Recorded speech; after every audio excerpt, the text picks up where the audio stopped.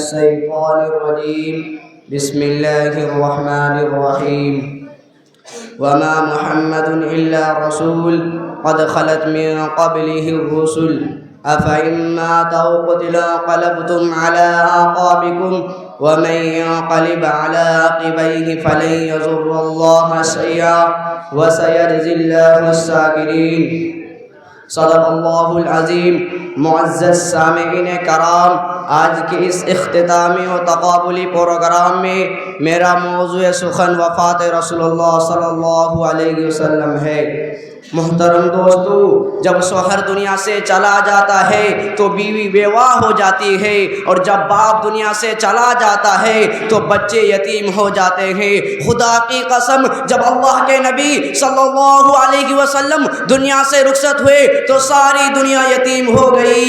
آپ صلی اللہ علیہ وسلم جیسا کوئی مشفق دنیا میں نہیں رہا، آپ صلی اللہ علیہ وسلم جیسا کوئی محسن دنیا میں نہیں رہا، آپ صلی اللہ علیہ وسلم جیسا کوئی رہبر دنیا میں نہیں رہا، آپ صلی اللہ علیہ وسلم جیسا کوئی رو رو کر اللہ سے منوانے والا کوئی دنیا میں نہیں رہا، آپ صلی اللہ علیہ وسلم جیسا کوئی امت کا ہاتھ پکڑ کر سیدھے راستے پر چلانے والا نہیں رہا۔ دنیا سے جب کوئی جاتا ہے تو کوئی اپنے بچوں کو یاد کرتا ہے، کوئی اپنے بیوی کو یاد کرتا ہے، کوئی اپنے رشتہ داروں کو یاد کرتا ہے، کوئی اپنے مال و دولت کو یاد کرتا ہے، لیکن جب اللہ کے نبی صلی اللہ علیہ وسلم دنیا سے جانے لگے تو کہہ رہے تھے، یا رب امتی، یا رب امتی، یا اللہ میری امت، یا اللہ میری امت۔ دوستو، کیا دن ہوگا، کیا مہینہ ہوگا جس دن اللہ کے نبی صلی اللہ علیہ وسلم رخصت ہوئے،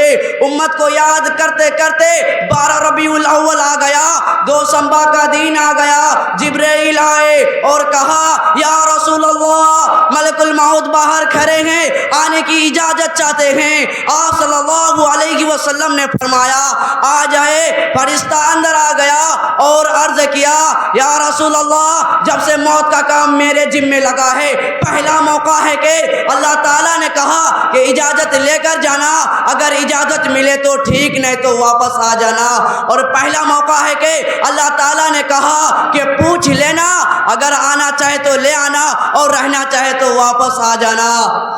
صلی اللہ علیہ وسلم نے جبرائیل علیہ السلام کو دیکھا اور فرمایا، جبرائیل کیا کہتے ہو؟ جبرائیل علیہ السلام نے عرض کیا، یا رسول اللہ اللہ تعالیٰ آپ سے ملاقات کا شوق رکھتا ہے۔ کہا، اچھا، نہیں میں ایسے نہیں جاؤں گا، بلکہ پہلے اپنی امت کا کام کروں گا۔ جاؤ میرے اللہ سے پوچھاؤ کہ میرے بعد میری امت کے ساتھ کیا معاملہ کرے گا، میں پھر بتاؤں گا مجھے جانا ہے یا رہنا ہے۔ ملک الموت وہی کھڑے رہے۔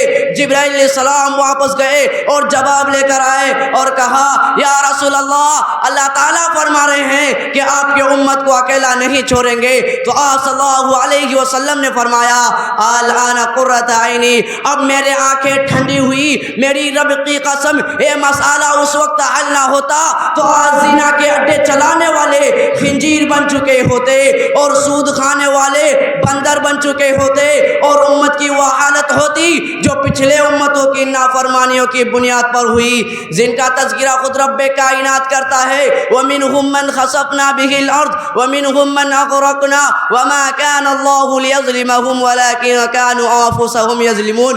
کہ ہم نے بعضوں کو زمین میں دھسا دیا، ہم نے بعضوں کو پانی میں ڈبو کر ہلاک کر دیا، ہم نے بعضوں کو ہواؤں کے ذریعے پٹک پٹک کے مارا، ہم نے بعضوں پر آسمان سے پتھروں کی بارش برسائی۔ خدا تعالیٰ نے ان تمام عجائبات سے سرکار کے صدقے اور ختم نبوت کی توفیل اس امت کی حفاظت کی۔ دعائے دو اس کملی والے کو اور ان کی آنسوؤں کی قدر کرو جو اپنے اولاد کے لیے تو نہ روئے مگر میرے اور آپ کے لیے رو رو کر اللہ کو منوایا۔ صدق۔ وآخر دعوانا الحمدللہ رب العالمین۔